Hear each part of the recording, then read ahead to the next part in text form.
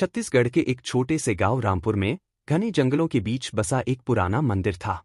यह मंदिर भगवान विष्णु को समर्पित था, लेकिन वर्षों से वीरान पड़ा था।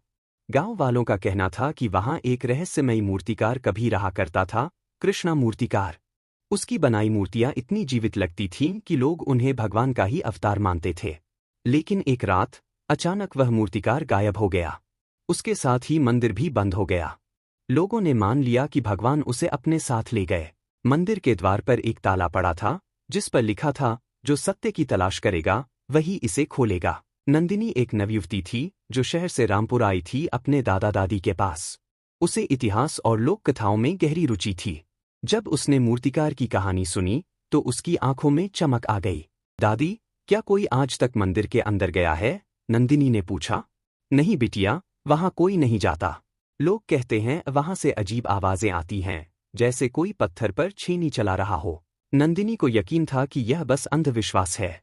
एक रात वह अपने कैमरे और टॉर्च के साथ मंदिर के पास गई। ताला अब भी जंग लगा पड़ा था, लेकिन जैसे ही उसने ताले को छुआ, वह अपने आप खुल गया। मंदिर के अंदर एक अजीब सी ठंडक थी। दीवारों पर नक्काशी ऐसी थी जैसे अभी अभी कोई उन्हें तराश कर गया हो। एक मुख्य कक्ष था जिसमें एक विशाल मूर्ति रखी थी, विष्णु भगवान की। लेकिन उनके चरणों में एक अधूरी मूर्ति भी रखी थी, एक स्त्री की, जिसके चेहरे के भाव अधूरे थे। पास ही एक टूटी हुई डायरी पड़ी थी, जिस पर लिखा था, जिस दिन यह मूर्ति पूरी होगी, सत्य और माया का अंतर मिट जाएगा। लेकिन चेतावनी है, जो इसे अधूरा ही पूरा समझेगा वह स्वयं पत्थर बन जाएगा। नंदिनी को कुछ समझ नहीं आया। वह मूर्ति को ध्यान से देखने लगी। तभी दीवार पर एक पतली दरार दिखी, जिसमें हाथ डालते ही एक गुप्त द्वार खुल गया। गुप्त द्वार एक सीढ़ी की ओर जाता था, जो नीचे एक तहखाने में खुलता था। वहां अंधेरा था, पर एक वहां खुशबू फैली थी, मिट्टी की। वह जैसे ही आगे बढ़ी, एक हल्की सी रोशनी चमकी और एक छाया उसके सामने प्रकट हुई।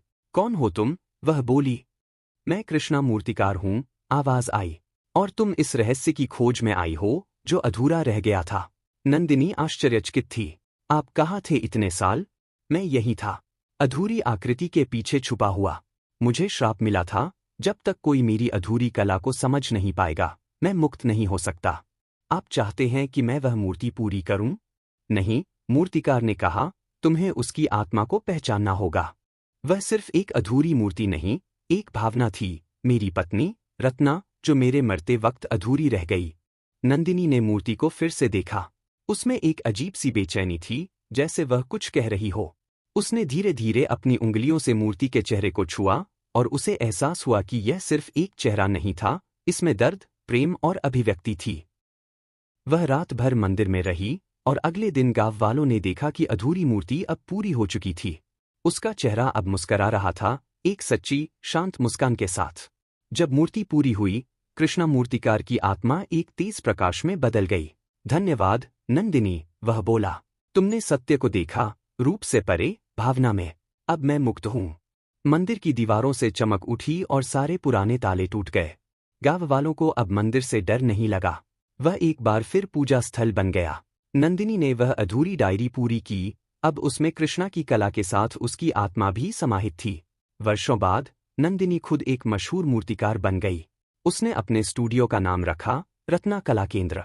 वहां हर मूर्ति में एक कहानी होती थी, अधूरी लेकिन बोलती हुई। और रामपुर का वह मंदिर आज भी खड़ा है। वहां अब सिर्फ भगवान नहीं, एक प्रेम कथा भी पूजी जाती है। वीडियो अच्छा लगा हो तो लाइक और सब्सक्राइब कीजिए।